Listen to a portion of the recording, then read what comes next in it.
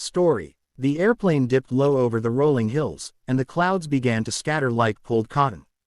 I leaned toward the window, resting my cheek against the cool glass.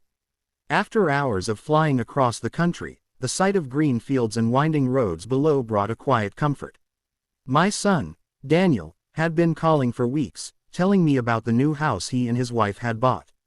He sounded so proud, so eager for me to see it, that I finally packed a small suitcase and made the trip. The landing was smooth, and soon I was walking through the airport, dragging my wheeled bag behind me. Daniel stood just beyond the security gates, taller than I remembered, with that same quick smile that had always softened his serious face. He wrapped me in a hug, and for a moment I was reminded of when he was a boy, skinny, restless, always tugging at my sleeve for attention. "Mom," he said, his voice warm, "I'm glad you came." The drive from the airport stretched through neat neighborhoods, where houses stood in tidy rows and children played in front yards. My son's hands gripped the steering wheel loosely, but I noticed the quiet in him. He wasn't the type to fill silence just to fill it. Finally, he turned onto a narrow street lined with tall oaks. The houses here looked older, but well cared for, painted shutters, stone steps, flower beds bursting with late summer colors. He slowed in front of a pale blue house with white trim and a porch that wrapped around one side. It looked charming, almost storybook-like, and I felt a little swell of pride that he had chosen such a place. As I reached for the car door, Daniel touched my arm. His voice dropped low, almost to a whisper. "Mom," he said, "don't tell the neighbors you're staying here." I blinked, confused. "What do you mean?" He glanced at the nearby houses, then shook his head. "It's better if they don't know. I'll explain later." It was an odd request, but I didn't argue. Families are full of small mysteries, and sometimes answers come in their own time. I gathered my bag and followed him up the steps, the wooden boards creaking gently beneath our feet. Inside, the house smelled faintly of fresh paint and new lumber. The rooms were bright with wide windows, and the furniture looked recently placed, as if still finding its proper place.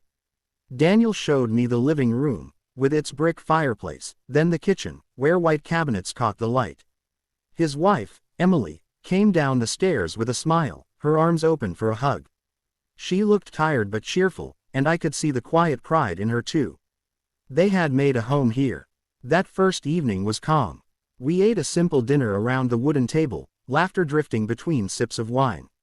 I asked about their jobs, their routines, the little things that fill up a day.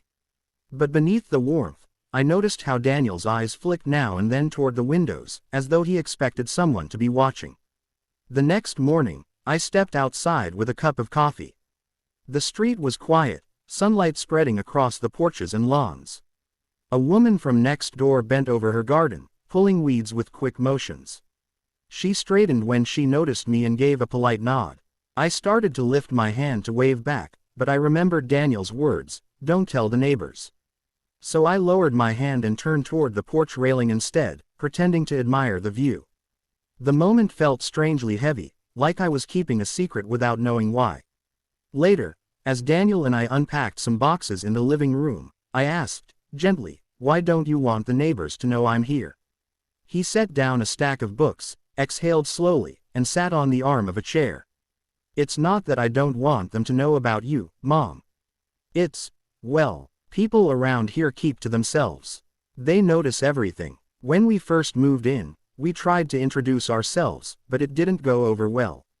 There's this unspoken rule: you don't ask questions, you don't share too much. Just keep your head down." I frowned. "That sounds lonely." He gave a small shrug. "It's just how it is." That evening, as the sun dipped low, I sat on the porch again. The woman next door carried a basket of laundry inside. A man across the street adjusted a sprinkler in his yard. No one waved. No children's laughter carried from the sidewalks now. The air seemed still, watchful. But inside the house, warmth bloomed. Daniel and Emily showed me the guest room they had prepared. A quilt folded at the foot of the bed. A vase of fresh flowers on the nightstand. They had thought of me, cared enough to make the space welcoming. That small kindness mattered more than the silence outside. Over the next few days, I settled into a gentle rhythm. I cooked breakfast while Emily worked on her laptop. Daniel returned from his job with a weary smile, eager to sit and talk. We spoke of old memories, of childhood vacations and silly mishaps. Laughter filled the house, even if the street outside remained hushed. Yet the neighbors lingered at the edges of my thoughts.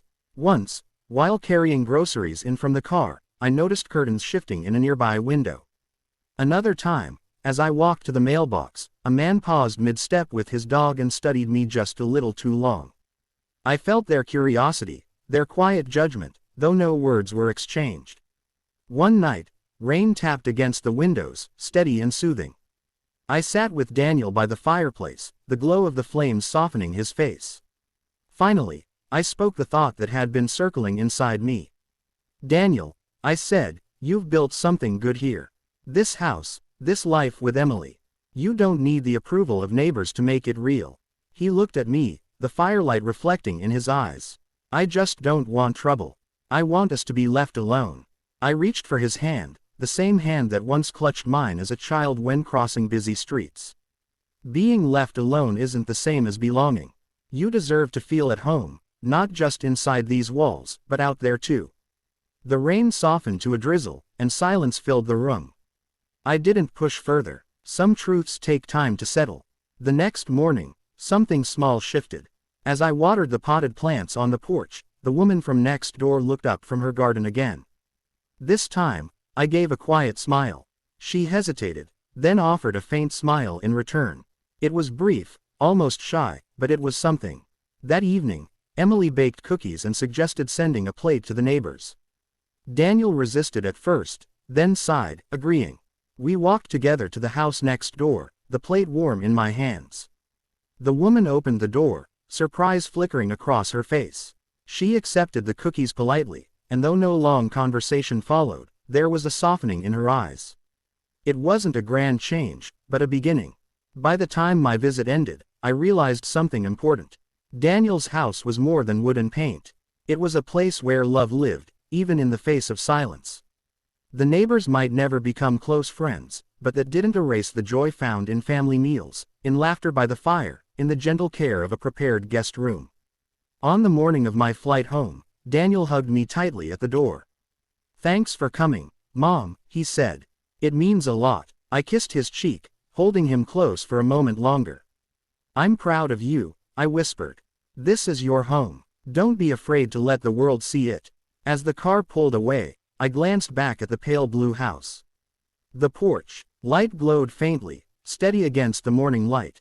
I carried the image with me, the quiet street, the whispered secret, and the truth that a house becomes a home not by the approval of others, but by the love within its walls. And that was enough.